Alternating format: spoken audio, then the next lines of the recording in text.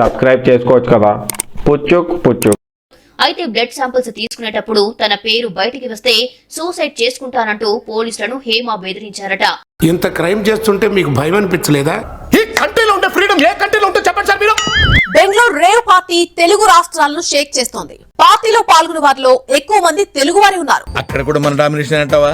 Yeah కిక్కురా kick. Bengaluru పోలీసులు సోమవారం విచారణకు హాజరు కావాలని నోటీసుల్లో తెలిపారు. డాన్స్ కి ఎన్టీఆర్ అని బన్నీ అలా షేక్ అయిపోయారు. మీరు ముసలోడు కదా, షేక్ చూసి నడుచుకోనుంటారు. బెంగళూరు రేవ్ పార్టీలో తాను లేనని స్పష్టం చేశారు నటి హేమ. తన పేరును బయటపెట్టిన బెంగళూరు పోలీసులతో న్యాయ పోరాటం చేస్తున్నట్లు తెలిపారు.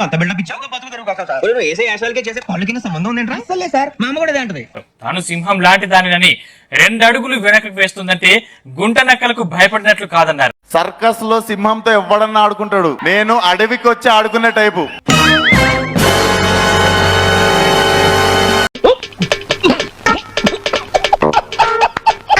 తన పేరు బయట పెట్టినటువంటి బెంగళూరు పోలీసులపై కూడా న్యాయ పోరాటం చేస్తాను అనే ఒక విషయాన్ని కూడా హేమ ఇంతకు ముందే ఈ విషయాన్ని తెలియజేస్తున్నట్టుగా. మిస్టర్ సెక్షన్ 801 ప్రకారం మీరు ప్రాబ్లమ్స్ కొని తెచ్చుకుంటున్నారు. అవసరం అయితే అప్పు కూడా తెచ్చుకుంటాను రా. మంచు విష్ణు నటి హేమకు సపోర్ట్ చేస్తూ ఒక ట్వీట్ చేశారు. బెంగళూరు రేవ్ పార్టీకి సంబంధించి హేమకు మంచు విష్ణు సపోర్ట్ చేస్తూ ట్వీట్ చేశారు. హేమపై జరుగుతున్న ప్రచారాన్ని ఖండిస్తున్నాను అని మంచు విష్ణు అంటున్నారు. ఇదొక హఠాత్ పరిణామం, ఎవరు ఊహించినటువంటిది. హేమ దోషిగా రుజువయ్యే వరకు నిర్దోషిగానే పరిగణించాలి అని మంచు విష్ణు అంటున్నారు.